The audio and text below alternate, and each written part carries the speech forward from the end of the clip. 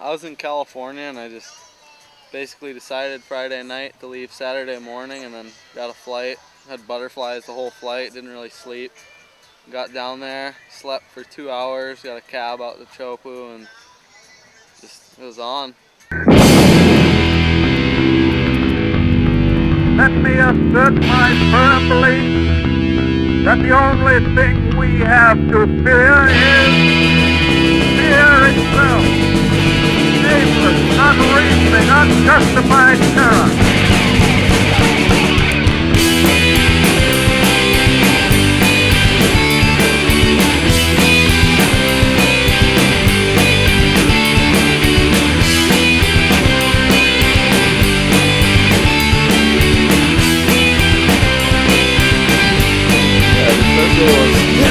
Was quite big and the conditions were not perfect. Like the water was a little bit dirty because it's been the first big swell in a long time, so all the dirt was coming out of the lagoon. The wind was a little bit onshore on the outside, and but the bombs were still good, draining and crazy. The first day was definitely a towing day. Like there was no sets to catch paddling in. It was too big. It was better to stay on the boat and enjoy the view, or hopefully get towed.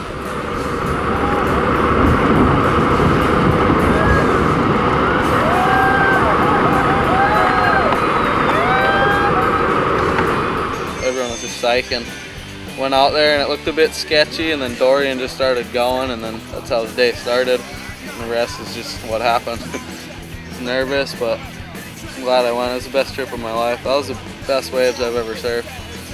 The first day was a little lumpier, different wind, and then it's just kind of a bit more out of control looking. Didn't look too tameable. Shane's crazy, just always into just whatever's coming, so I won't see him pulling back too much.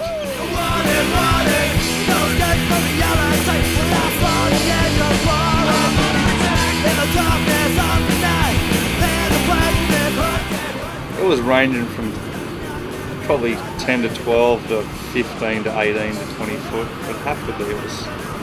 That was the biggest. I think that was the biggest barrels I've ever seen in my life out there. So.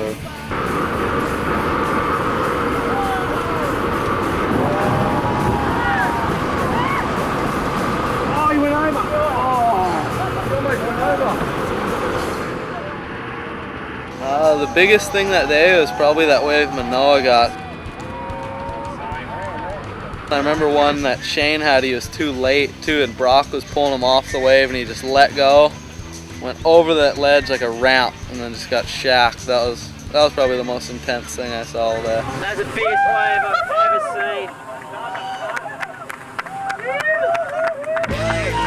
seen. We were out in the water when the ski went over, and that was incredible, just inches from death.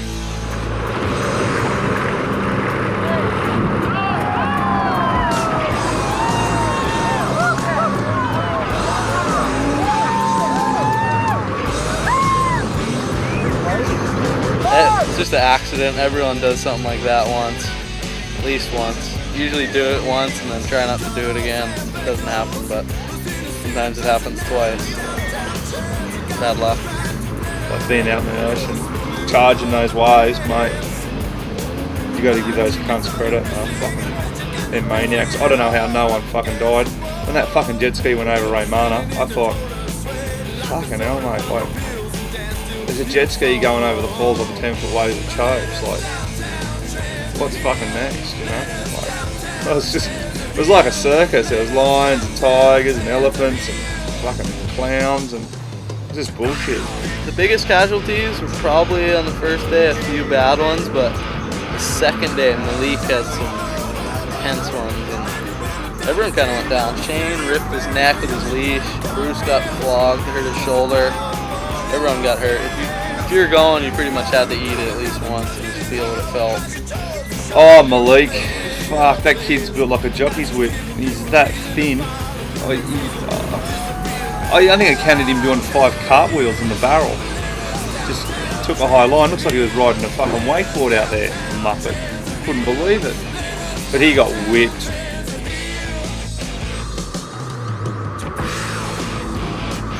wave was pretty good. I was content with it. It was one of the better ones I had. So you just gotta hope you have the right line, and then spit clears, and you just gotta hope you're not going straight into the lip or something. You can't see anything.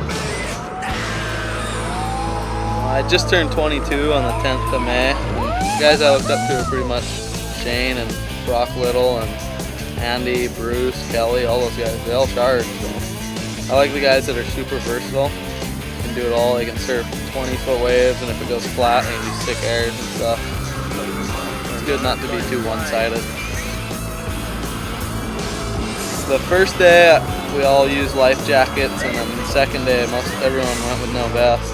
Big difference. You eat it with a vest and you're like floating fine when you get picked up, and then when you don't have one, you get caught inside, you take your leash off, and you're like waiting for the jet ski to come, and you get sucked under, and it's a bit more of a scene.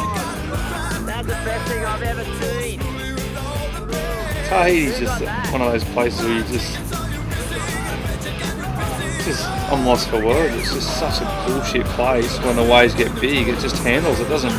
It could probably handle 25-foot barrels out there, you know. We're probably yet to see that, but yeah, it was a big day. It was a fucking funny day on that boat, let me tell you. That's the biggest thing I've ever seen in life! Oh, Bruce! Woo! Called it too, didn't I?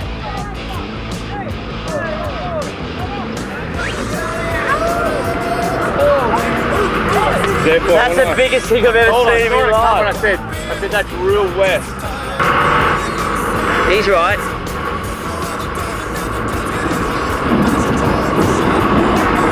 Oh my god. Second best